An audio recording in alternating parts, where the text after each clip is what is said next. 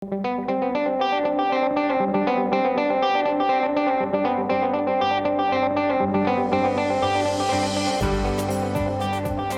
a click floor is a fast and easy way to install a real wood floor.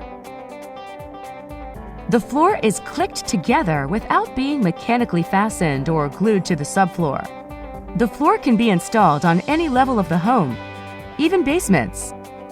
Let's start by reviewing some helpful tips that will ensure your installation will go smoothly. Flooring is usually one of the last items to be installed, so make sure your structure is completely enclosed and all plumbing and drywall work is completed. The heat and air conditioning systems must be operated for at least 14 days under normal conditions. Make sure your temperature is set between 60 and 80 degrees Fahrenheit and maintain a relative humidity of 35 to 55%. Gather the recommended tools for installation.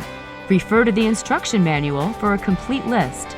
It is important to spend a few minutes on pre-installation planning to ensure a successful outcome. Any subfloor issues must be fixed before installing the floor. Refer to the instruction sheet for details. As part of preparing your subfloor, remove any existing quarter-round shoe molding or doorway thresholds. They can be reinstalled later in such a way as to allow for the expansion space around the perimeter of the room. Your subfloor should be clean, secure, flat, and meet the moisture requirements detailed in the instructions. All door casings should be notched out or undercut. This will give your new floor room to expand and contract. To undercut, use a piece of the new flooring and underlayment. Place on the subfloor as a height guide for your handsaw or jam saw. Avoid doing difficult scribe cuts. Now that you have a controlled environment, store your unopened cartons on a raised flat surface for at least 72 hours before beginning the installation. Instruction sheets are included in each carton. Read them completely before beginning the installation. When deciding in which direction the flooring will run in each room, install the planks parallel to the main light source if possible. This will best highlight the floor's natural beauty and character. Plan ahead. You will likely need to cut the first and last row of boards lengthwise in order to avoid having a very narrow last row in a room or hallway. Make sure your room is square. If it isn't, you will need to mark and cut the first row of boards to follow the contours of the starting wall. This will ensure you will be working from a straight line when installing the other rows. One last thing, since our T-moldings, reducers, and flooring are made from real wood, they will likely vary in appearance. It is a good idea to pre-select flooring planks that coordinate closely to the moldings before you begin your installation. Set aside these complementary planks to install next to the moldings. Okay, now let's start the installation. Lay down your underlayment by following the manufacturer's instructions. An expansion space equal to the thickness of your floor will be needed around the perimeter of the room, plus all vertical surfaces such as stairs and cabinets. Use plastic flooring spacers or cut pieces of your flooring planks to use to maintain the expansion space during installation. Measure your first 2 rows of boards, including your expansion space. Don't include the locking edges into your measurement, just the board tops. Mark and snap a chalk line. This will give you a straight line to utilize after you have engaged the first 2 rows. It's crucial to ensure your first 2 rows are very straight and secure.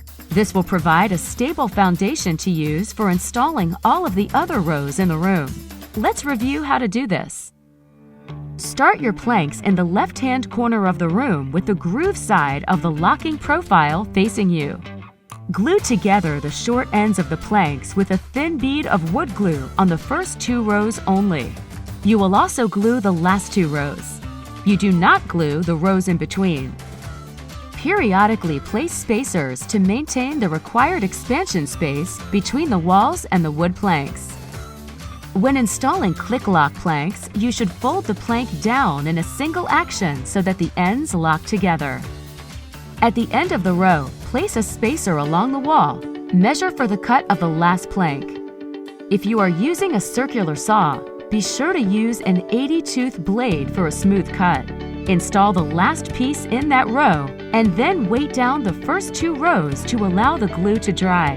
This will create 2 very stable rows that you will build upon. Once the glue is dry, continue installing all other rows in the same manner but without the glue. After installing the first 2 rows, make sure you align the floor with the chalk line you made previously. You may need to reposition the floor at this time. Another helpful tip is to work from several cartons at a time. Mix the board lengths and features so that they are visibly appealing to you. When starting a new row, utilize the leftover cut piece from the end of the previous row if it is 9 inches or longer. The plank should be held at a 45-degree angle to engage the already installed board's long sides. Rotate down in one motion. If properly engaged, the boards will lay flat.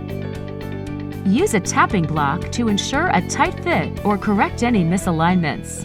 You cannot force the boards. If they are not lying flat, the long side is not fully engaged.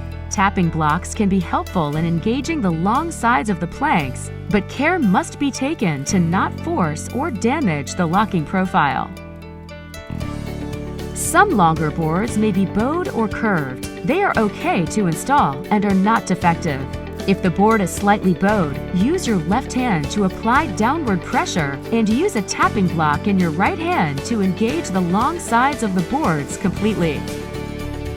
Be sure your planks are staggered. The minimum distance between short ends in adjoining parallel rows should be 9 inches or more. Always avoid making an H shape with the ends. Continue installing flooring planks until you reach the last 2 rows. Remember, the long sides of planks must be fully aligned before rotating down. The short ends of the planks in the last 2 rows should be glued. You will likely have to cut the last row lengthwise to ensure a proper fit. Remember to allow for the expansion space. When finished, weight them down until dry. You're almost finished. Utilize putty and/or stain pen as needed. Take care not to rub too hard or you will make the area glossier. Remove the spacers and install any necessary moldings or trims. Be sure you do not nail into the floor or into the expansion space. Quarter round should be nailed into the baseboards. If you are using any T-moldings or reducers, install them now. You're all done! Maintaining your floors is simple. Regularly sweep or vacuum up loose dirt that can dull your finish. Use a spray floor cleaner specifically designed for hardwood floors. Do not use liquid paste wax, oil, silicone, ammonia-based cleaners as they can permanently dull or cloud the finish. Floors should not be wet mopped. Do not use power scrubbers or steam cleaners. Remember, it is important that you maintain a normal temperature between 60 and 80 degrees Fahrenheit and a relative humidity between 35 to 55%. Click Lockwood flooring is a beautiful, natural, healthy choice for your home. It is good for you and the environment. Following these installation and maintenance tips will help ensure you have gorgeous wood floors for many years to come.